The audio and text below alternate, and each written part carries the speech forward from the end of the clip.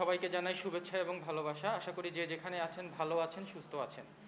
আমি doctor Mohammad Hasan, Sylhet MAG Osmani medical college হাসপাতালের মনোরোগবিদ্যা বিভাগে ফেজ বি রেসিডেন্ট হিসেবে কর্মরত আছি।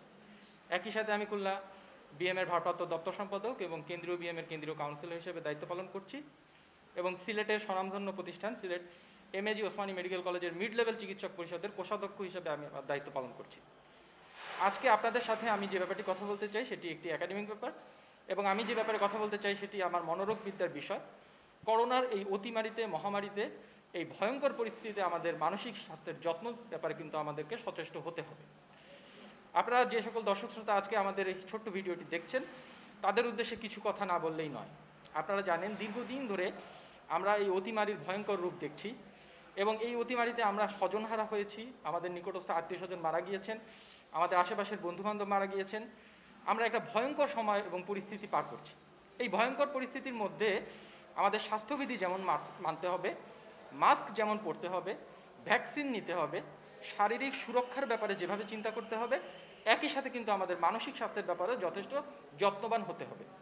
করোনার এই অতিমারির সময় অনাকাঙ্ক্ষিত মানসিক চাপ, অশান্তি, মেজাজ খিটমিটে হয়ে যাওয়া, ঘুমের সমস্যা ইত্যাদি কিন্তু প্রকট আকার ধারণ করেছে এবং লকডাউনে আমাদের নিম্নবিত্ত বা একদম প্রান্তিক জনগোষ্ঠী যারা আছেন তাদের কিন্তু আয় রোজগারের ব্যাপারটিও আমাদের সামনে চলে এসেছে।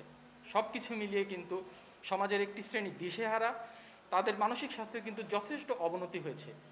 এখান থেকে উত্তরণের জন্য কিন্তু আমাদেরকে অবশ্যই পদক্ষেপ নিতে হবে। আপনার শারীরিক স্বাস্থ্য যেরকম গুরুত্বপূর্ণ, আপনার মানসিক স্বাস্থ্যও কিন্তু সেরকম গুরুত্বপূর্ণ। আমরা যদি বিশ্ব স্বাস্থ্য সংস্থার কথা শুনি তাহলে তাদের বক্তব্য অনুসারে আমরা জানি no health without mental health. কাজেই মানসিক স্বাস্থ্যকে ব্যতি রেখে আপনি কোনোভাবেই কিন্তু নিজেকে সুস্থ স্বাভাবিক রাখতে পারবেন না। এক্ষেত্রে অবশ্যই প্রথমে যেটি করবেন সেটি হচ্ছে আপনার ঘুমের যত্ন নিতে হবে। আমরা জানি যে আমরা 16 ঘন্টা কাজ করব, দিনে 8 ঘন্টা ঘুমাবো। করোনার এই অতিমারির সময় আমাদের ঘুমের যে ব্যাঘাত ঘটছে তার জন্য আমরা বলি ডাক্তারি ভাষায় স্লিপ হাইজিন, এই ব্যাপারগুলোকে কিন্তু আপনাকে মেনে চলতে হবে। অতিরিক্ত যে কোনো চা কফি এগুলো পান থেকে বিরত থাকতে হবে। কারো যদি কোনো ধরনের মাদক সেবনের অভ্যাস থাকে, কোনো সিগারেট গ্রহণের অভ্যাস থাকে, সেগুলো থেকে বিরত থাকতে হবে। মানসিক চাপ কমানোর জন্য, নিজেকে প্রশান্তযুক্ত রাখার জন্য আপনি যেটি করতে পারেন, বিভিন্ন এক্সারসাইজ বা ব্যায়াম আছে সেগুলো করতে পারেন।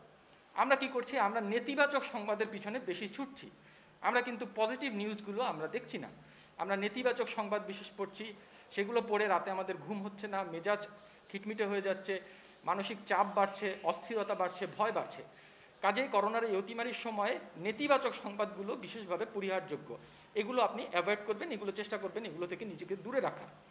দ্বিতীয় যে ব্যাপারটি আমি বলবো সেটি হচ্ছে যে আপনার পরিবারের অংশ যে ছোট বাচ্চাটি, লকডাউনের কারণে যার স্কুল বন্ধ, লকডাউনের কারণে যার কলেজ বন্ধ, যিনি বাসায় সারাক্ষণ বন্দি অবস্থায় আছেন, আপনার বাসার যে বয়োজ্যেষ্ঠ সদস্যটি যিনি বাইরে বের হতে পারছেন না, তার দিকে বিশেষভাবে খেয়াল রাখুন, তাকে সময় দিন। লকডাউনের এই পরিস্থিতিতে আপনি হয়তো সামাজিকভাবে মানুষের সাথে মেলামেশা বন্ধ, কিন্তু মানসিকভাবে কিন্তু তাদের সাথে আপনি আরও কাছে যুক্ত হন। এখন আধুনিক এই বিজ্ঞানের যুগে বিভিন্ন মাধ্যমে, আমরা সামাজিক যোগাযোগ মাধ্যমের মাধ্যমে আমরা কিন্তু মানুষের সাথে সম্পর্কিত। সেখানে আপনি মানুষকে সময় দেন, আপনি আপনার পরিবারকে ভালোবাসুন, আপনার পরিবারের সাথে আপনার সম্পর্কগুলো আরও ঝালাই করে নিন এবং মানসিক অস্থিরতা, ভয়, দুশ্চিন্তা এগুলো থেকে মুক্ত রাখার জন্য আপনি নিজেকে আত্মনিয়োগ করতে পারেন এমন কোনো কাজে যে কাজের মাধ্যমে দেশ এবং জনগণ উপকৃত হবে। তো সর্বোপরি এই করোনার অস্থিরতা, ভয় এবং মহামারী হয়তো একদিন কেটে যাবে, কিন্তু আমাদের মানসিক স্বাস্থ্যের যত্ন যদি আমরা সঠিকভাবে গ্রহণ না করি সেক্ষেত্রে কিন্তু ভবিষ্যতে আমাদের জীবনের উপর সেটি নানাভাবে প্রভাব ফেলতে পারে এবং সেই প্রভাবগুলো অধিকাংশ ক্ষেত্রেই কিন্তু নেতিবাচক প্রভাব।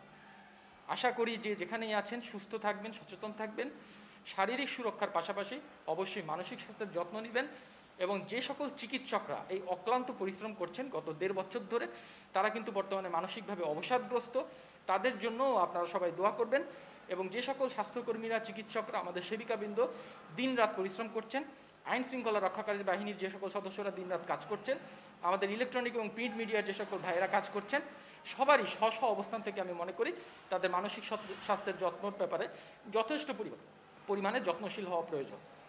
তো সবাইকে শুভেচ্ছা, ভালোবাসা এবং শুভকামনা জানিয়ে আজকে আমাদের ছোট মেসেজটি আমরা এখানেই শেষ করছি। সবাই ভালো থাকবেন, সুস্থ থাকবেন। ধন্যবাদ।